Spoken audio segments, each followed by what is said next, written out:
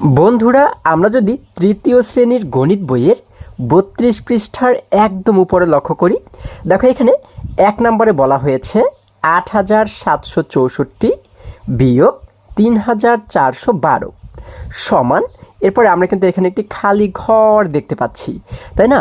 অর্থাৎ এই বিয়োগ অঙ্কটি করে যে উত্তরটি আমরা পাবো, উত্তরটিকে এই খালি ঘরে লিখে দিতে হবে। হ্যাঁ, আচ্ছা, তাহলে এই বিয়োগটি আমরা কিভাবে করতে পারি? আমরা চাইলে এই যে দেখো এখানে কিন্তু পাশাপাশি লেখা রয়েছে, তাই না? এইভাবে রেখেও বিয়োগটি আমরা করতে পারি। আবার চাইলে এই দুটি সংখ্যাকে একটির নিচে আরেকটি লিখে তারপরেও কিন্তু আমরা সমাধান করতে পারি। দেখো নিচে যদি আমরা এইখানে লক্ষ্য করি, এখানে আমাদের এই সংখ্যা দুটিকে উপরে নিচে লিখে তারপরে সমাধান করে দেখানো হয়েছে। প্রথমে রয়েছে কত? ৮৭৬৪। এই যে আমরা প্রথমে লিখলাম ৮৭৬৪। তারপরে রয়েছে ৩৪১২। এই দেখো নিচে আমরা লিখলাম ৩৪১২। এবার যদি বিয়োগ করি, এই যে এখানে একটি বিয়োগ চিহ্ন আমরা দিলাম। এখন বিয়োগ করো। আমরা কি জানি বিয়োগ কিভাবে করতে হয়? একদম শেষের দুটি যে সংখ্যা, এই দুটি সংখ্যার কাজ প্রথমেই করতে হয়, তাই না? শেষ থেকে বিয়োগ করতে করতে করতে করতে আমাদের এই শুরুর দিকে যেতে হয়। দেখো একদম শেষে রয়েছে কি ৪ এবং নিচে রয়েছে ২। আমরা যদি ৪ থেকে ২ বিয়োগ করি তাহলে আর কত থাকে?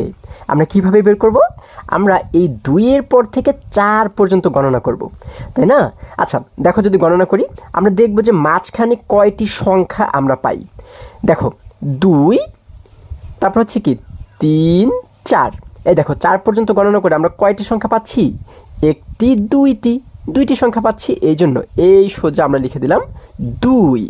এবার যদি তার আগের অঙ্ক দুটিকে আমরা লক্ষ্য করি, এখানে বলা হয়েছে কি ৬ বিয়োগ ১, অর্থাৎ ৬ থেকে এবার ১ বিয়োগ করতে হবে। আমরা কিভাবে বিয়োগ করব? আমরা ১-এর পর থেকে গণনা করে ৬ পর্যন্ত গণনা করব, তাই না?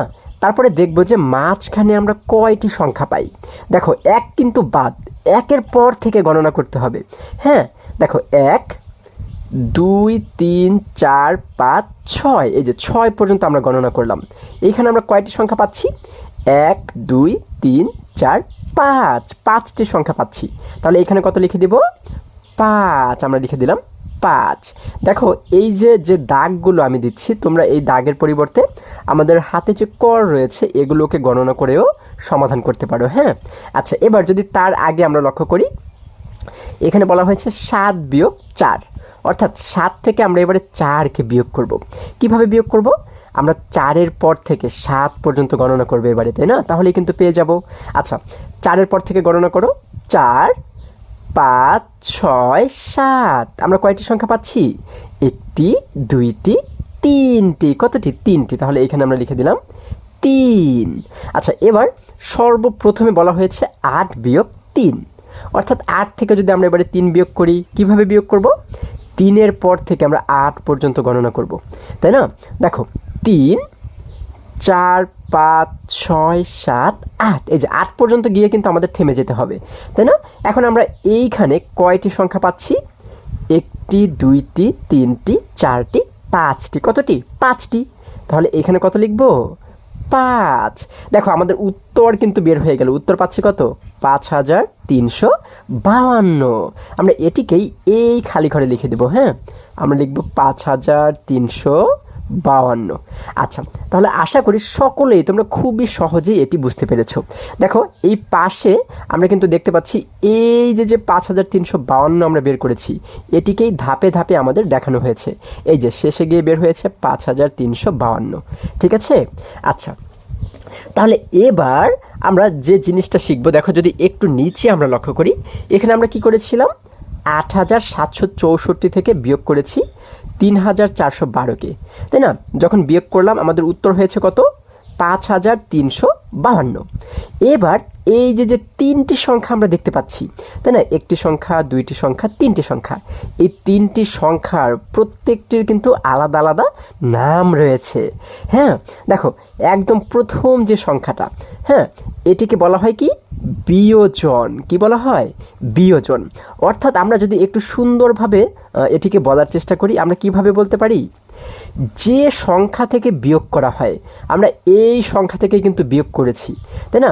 যে সংখ্যা থেকে বিয়োগ করা হয় তাকে বলা হয় বিয়োজন। আচ্ছা, এবং যে সংখ্যাটিকে বিয়োগ করা হয়, আমরা কিন্তু এই সংখ্যাটিকে বিয়োগ করেছি, তাহলে যাকে বিয়োগ করা হয় তাকে বলা হয় বিয়োজ্য। ওর নাম হচ্ছে কি বিয়োজ্য, ঠিক আছে।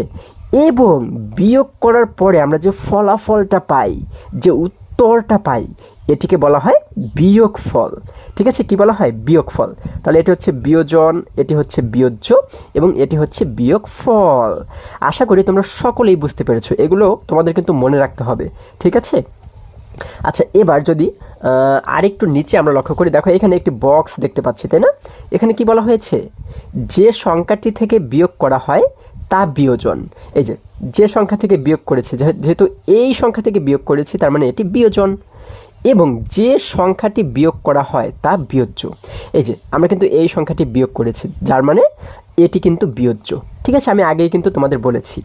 এবার যদি আরেকটু নিচে আমরা লক্ষ্য করি, দেখো এখানে আমরা দেখতে পাচ্ছি 2 নম্বর প্রশ্নে বলা হয়েছে রেজার কাছে 5,348 টাকা আছে, হিয়ার কাছে 3,685 টাকা আছে। হিয়ার থেকে রেজার কত টাকা বেশি আছে? আচ্ছা, আমরা এই প্রশ্নটিকে আবারও যদি একটু বোঝার চেষ্টা করি, এখানে বলা হয়েছে কি রেজার কাছে 5,348 টাকা আছে, তাই না? এবং হিয়ার কাছে 3,685 টাকা আছে।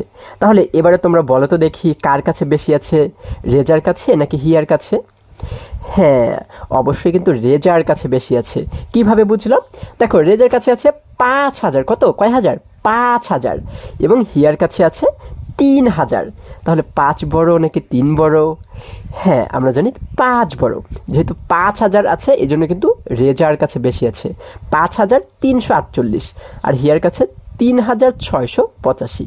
আচ্ছা, তাহলে রেজার কাছে যেহেতু বেশি আছে, এবার আমাদের বের করতে বলা হয়েছে কি হিয়ার থেকে রেজার কত টাকা বেশি আছে। আচ্ছা, রেজার যেহেতু বেশি আছে, এবার কত টাকা বেশি আছে এটি আমাদের বের করতে বলা হয়েছে। আমরা কিভাবে বের করব? খুবই সহজ কিন্তু।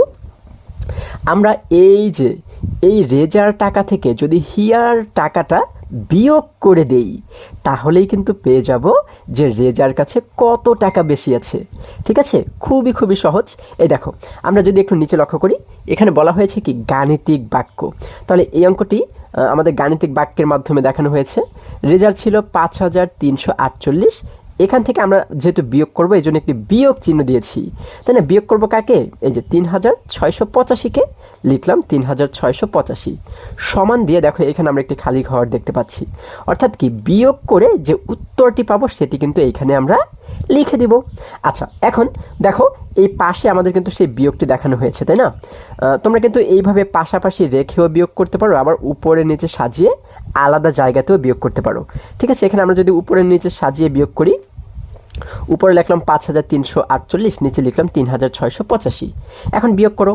এই যে শেষের দুটিকে আমরা জানি প্রথমেই কাজ করতে হয়। 8 থেকে আমরা 5কে বিয়োগ করব। তাহলে কিভাবে বিয়োগ করব? আমরা দেখব 5-এর পরে 8 পর্যন্ত গণনা করলে মাঝখানে কয়টি সংখ্যা আমরা পাই। দেখো 5-এর পর থেকে গণনা করো, 5 কিন্তু বাদ, 5-এর পর থেকে, হ্যাঁ 5-এর পর হচ্ছে কত? 6, 7, 8। এই যে 8 পর্যন্ত গণনা করে কয়টি সংখ্যা পাচ্ছি দেখো তো, 1টি, 2টি, 3টি। তাহলে এখানে কত লিখব? 3। এই যে দেখো লিখে দিলাম 3। এবার এইখানে দেখো আগের দুটি অঙ্ক যদি লক্ষ্য করি, এখানে বলা হয়েছে 4, নিচে বলা হয়েছে 8। এখন দেখো তো 4 থেকে আমরা কি 8কে বিয়োগ করতে পারবো? না বন্ধুরা, আমরা কিন্তু বিয়োগ করতে পারবো না। কেন? কারণ হচ্ছে 4 ছোট, তাই না? বিয়োগ করতে গেলে অবশ্যই কিন্তু উপরের সংখ্যাটিকে বড় হতে হয়, এটি সবসময় তোমাদের মনে রাখতে হবে, ঠিক আছে। উপরের সংখ্যাটি যদি ছোট থাকে তাহলে নিচের সংখ্যাটিকে বিয়োগ করা যাবে না। তাহলে এখন কি করব আমরা? এখন আমরা এই 4কে বড় বানাবো, 8-এর থেকে বড় বানাবো। কিভাবে?